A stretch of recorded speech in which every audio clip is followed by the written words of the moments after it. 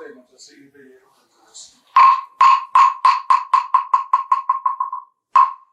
네, 반갑습니다. 앉으세요.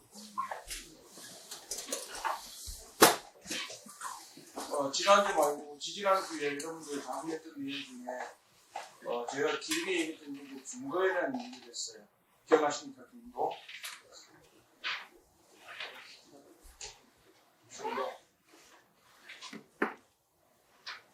이 증거란 말이 있는데 이 가운데 중자에 이렇습니다. 이렇게 쓰면 증거가 돼가지고 이 증거에 대한 내용들을 제가 4가지를 말씀드렸어요. 기억나요? 첫 번째가 뭐냐면 제가 지난주에 말한 것처럼 여러분들이 가정에서 이 정양사로 오셨을 때 정양사 여러분들 가신 거 맞습니까? 집에서 정양사 간 거예요? 그럼 정양사 입장에 봤을 때는 여러분들이 오신 거예요. 그러면 여러분들 불교대학 강의 마치게 되면 여러분들 집으로 가죠. 그럼 집에서는 뭐예요? 여러분들 오는 거예요. 그걸 오고감이라고 해요. 그래서 우리 큰 스님들, 법문들 보면은 거래라해서 이 거래 증거라 있는 거지고 이 거래 증거라는 것은 오고감이라는 것은 우리가 모든 사람들이 다 동일하다.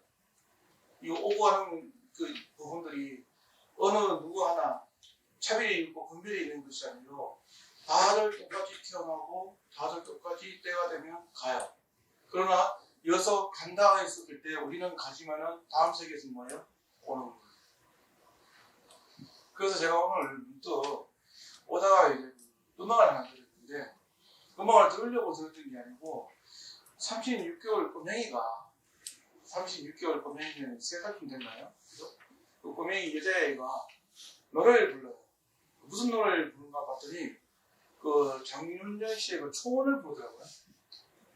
여러분 초원이 어떤 뜻인지 알죠? 결혼 초반 그런 초원이 아니고요. 여기에 말하는 이 초원은 줄근 영혼을 부르는 그런 내용이 초원이라고 하더라고요.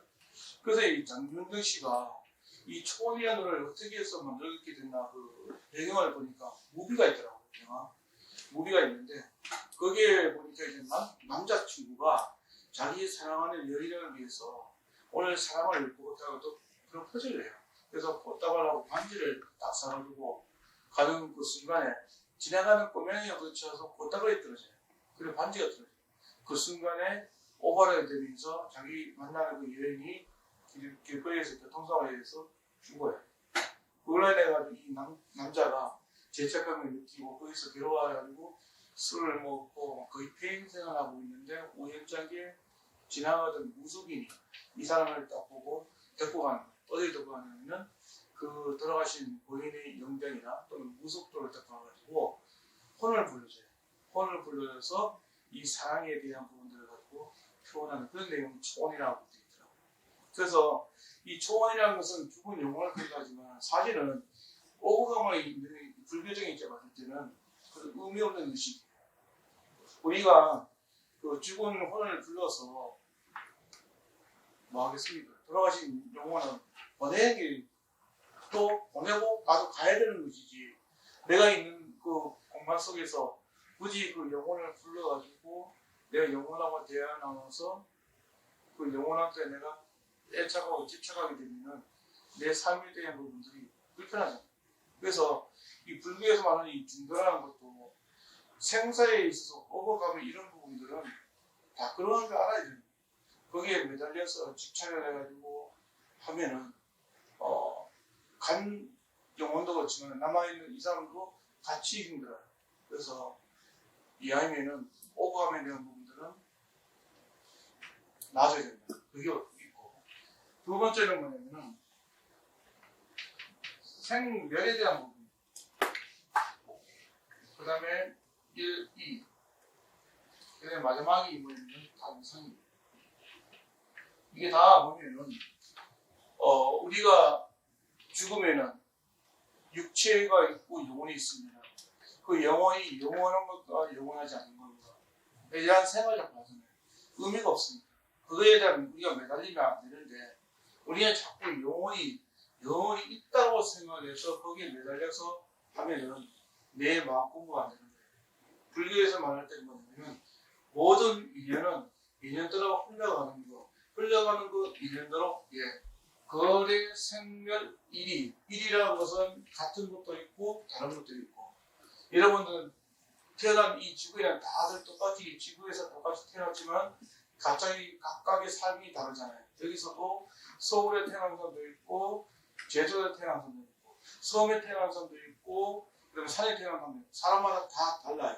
다르지만 뭐예요? 똑같은 사람을 태어났다는 거예요. 그러면 거기 똑같은 것과 다른 거에 그런 차이점이 있지만은 우리 불교 봤을 때는 중도적인 봤을 때 그런 분별과 차별에 대한 마음 차이가 없어야 되는 거예요. 우리는 사람을 받을 때 거기에 대한 분별심과 차별심을 내기 때문에 많이 힘들고 괴롭거든요. 그래서 이 중도라는 것 중에 또 하나는 생멸이라는 게 있는데 생멸이라는 것도 우리가 생겨났다가 사라지는 거. 여러분은 생겨났다 사라진다는 게 이게 연기법에 있는 이론인데요. 제가 저번 주에 말씀드렸죠. 뭐냐면은 이것이 있으면 뭐예요, 여러분들? 이것이 있으면 저것이 있고 이것이 없으면 저것이 없다. 그리고 이것이 생겨나면 저것이 생겨나고 이것이 멸하게 되면 저것도 멸하게 된다. 이게 연습법이거든요. 그래서 일체의 모든 것들은 다 그 인연의 흐름에 따라서 생겼다가 사라지고 있다가도 없고 없다가도 있고 또 거기에 대한 부분들은 우리가 여실하게 알고 있는 마음고생을 안 하는데 시간에 따라서 어제와 오늘과 내일이 있어요. 여러분들 요즘에 드라마 혹시 보시는 분 있는데 요즘에 드라마가 재밌더라고요. 그 내용에 이런 내용이 있어요. 아들이 아버지 일을 해방하려고 동생이 형을 도와주는 것처럼 얘기해놓고 뒤에서 뒤통수를 때리고 있다. 그런 드라마에 대사가 하나 있더라고요. 그 내용이 뭐냐면 이제 우리가 보통 인과 없고 이런 얘기 하는데 거기에 길들여 있는 게 뭐냐면은 사람들이 갖고 있는 뭐예요? 욕망, 욕심 때문에. 사실은 그 반대편이 그 대화를 나누고 있는 그쪽 가정은 아니고 다른 가정은 뭐냐면은 형제들이 똘똘 뭉쳐져 있어요. 형제들이 똘똘 뭉쳐져 있는 그런 그 기억이 있고 이거는 형제간에 서로 이제 부모 자식 간에도 서로 뒤통수를 때리는 그런 가족들이 있더라고요. 이거 뭐 어떻게 일이 됐을까? 원인을 가만히 해봤어요. 그러니까 뭐 어떤 중심이냐? 그 중심이 어디냐가 중요한데 사람 중심으로 그 가족 구성을 만들어져 있냐? 아니면 사람 중심이 아니라 자기 욕망과 욕구에 만들어져서 형성되어 있는 그런 가족이냐에 따라서 이게 인과가 달라집니다. 그래서 여기서 말하는 이 중도라는 것도 사실은 우리가 보통 적당히 하는 말을 했잖아요. 누군가 노래방 가가지고 혼자 노래를 1시간짜리 중에서 노래 1시간이면 한 5곡 부르나요? 혼자 중동적 부르고 있으면 작작하라고 그러잖아요. 왜냐면 들어가면서 소리를 불렀으면 좋겠는데 그런 것처럼 기본적으로 이 중도라는 것은 각자가 갖고 있는 기준점이 있으면 그 기준점에서 선을 넘지 않는 게 제일 좋은 거예요. 그 선을 넘게 되면은 사람이 갖고 있는 거예요. 자기가 갖고 있는 욕구, 욕망 때문에 거기서 일어나는 불편함이 있어요. 한 가지 질문을 하겠습니다. 물컵을 하나 제가 물을 부었습니다. 그리고 여러분한테 묻습니다. 이 물컵에 들어있는 이 무게가 어느 정도가 될 것 같습니까? 여러분. 설명해 줄까요, 다시? 자, 이 물컵에 물을 담았습니다. 이 물컵의 무게가 어느 정도 될 것 같습니까?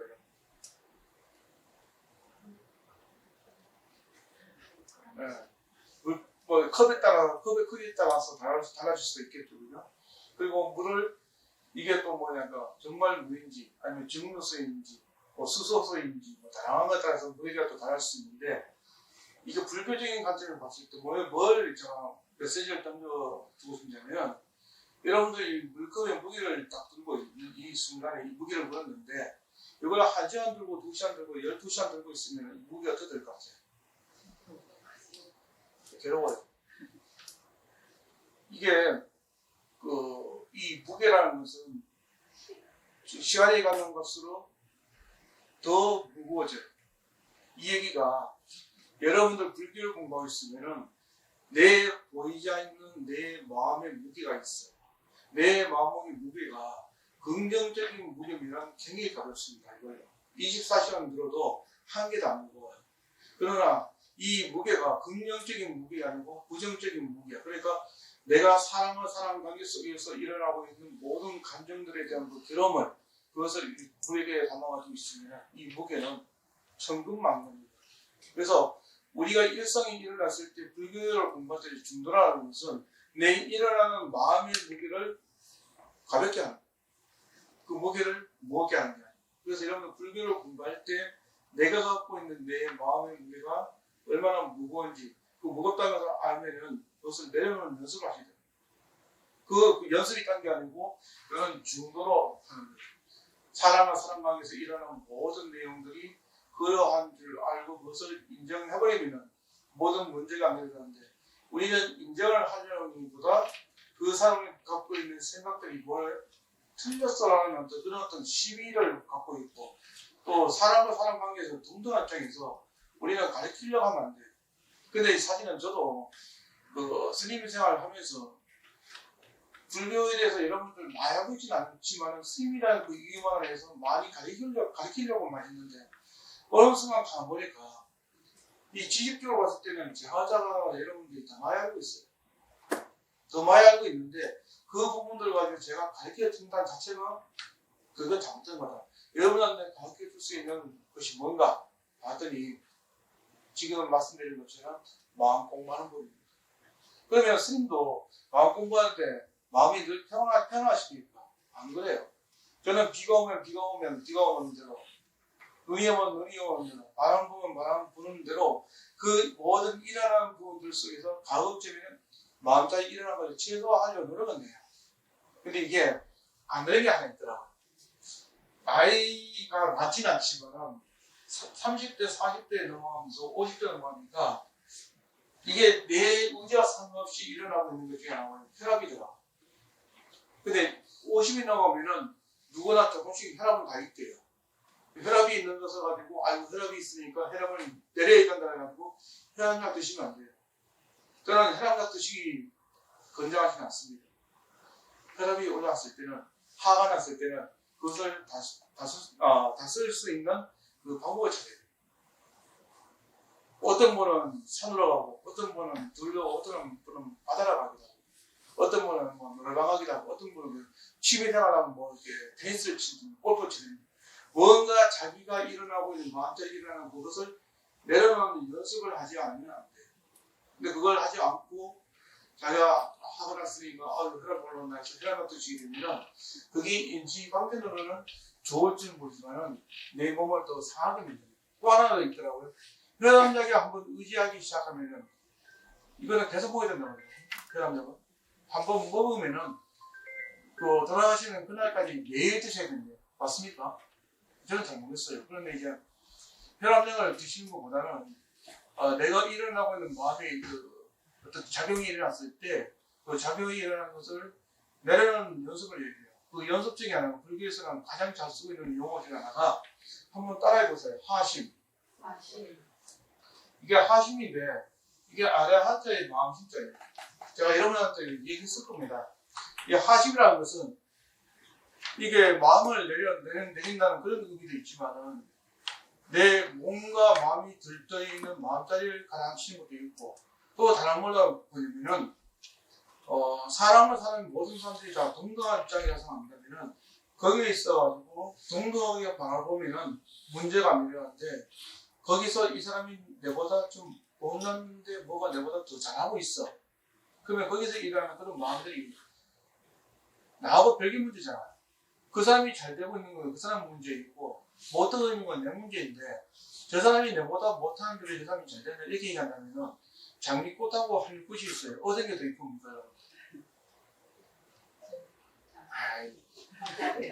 그러지 마. 세상에서 제일 아름다운 꽃이 장미꽃이라는 장미꽃은 뭐가 있어요? 가시가 있어요. 한꽃은 없어요. 그러니까 우리가 사람들의 관계 속에서 일어날 때 모든 사람들이 나한테 얘기할 때 정말 부드럽게 대하는 사람이 좋지 좀 까칠한 사람이 좋습니까? 나쁜 남자가 좋은가? 근데 이제 사람은 절대로 만나가지고 저 사람을 갖고 있는 마음처럼 뜯어고치겠다는 그거 힘듭니다. 부처님도 당시 그 부처님 당시에 당시 수많은 제자들이 얼마나 나쁜 짓 많이 했는데요.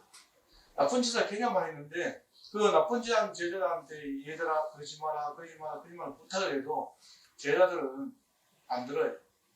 어저께서는 부처님께서 제자들한테 그러지 말라고 강공하게 부탁하는데 말 안 들으니까 부처님께서 어느 날 밤에 몰래 당신 그 자리에 떠요. 그 대중들은 부처님이 없는 걸 몰라요. 저렇게 싸우다 보니까. 나중에 싸우고 난 다음에 서로 화해하고 나보니까 뭐예요? 부처님이 안 계시는 거예요. 그제서야 자기들이 잘못을 뉘우치고 부처님 만나가서 참여하는 그런 내용들이 있어요. 부처님 당시에. 그런 것처럼 우리는 부모, 자식 간에 어느 누구라도 서로에 대한 허물에 대한 부분들은 누구나 다 볼 수가 있는데 내가 허물을 잘 못 봐요. 그렇지 않나요? 남들 허물 되게 잘 봐요. 사실 여러분들 유튜브에 보시면은 우수한 많은 큰 스님들이 와서 법문하는 내용들이 굉장히 많습니다. 거기에 비하면은 어쩌면은 그 듣는 귀에 따라서 듣는 마음자에 따라서 다들 달라질 수가 있어요.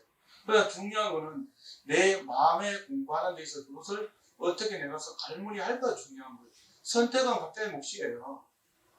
마찬가지로 불교를 공부할 때 아까 말했던 이 하심이라는 것도 하심을 하십시오 그러면은 꼭 뭐예요? 순종 내지는 복종한다는 그런 개념을 이해하고 있어요. 순종이나 복종이라는 그런 개념이 아니고 불교에서는 사람을 서로 동등하게 보라 이거예요. 남자다, 여자다. 남자이기 때문에 위에 있고 여자이기 때문에 아래에 있다. 때로는 그에 대한 차별, 분별심을 내라는 그런 마음이 아닌데 이 하심을 순종, 복종을 이해해가지고 무조건 예수님 그거 좋아하는 사람이 누가 있겠어요? 마찬가지로 여러분도 마찬가지로 부부 간에 부모 자식 간에 무조건 예스 하면 좋죠.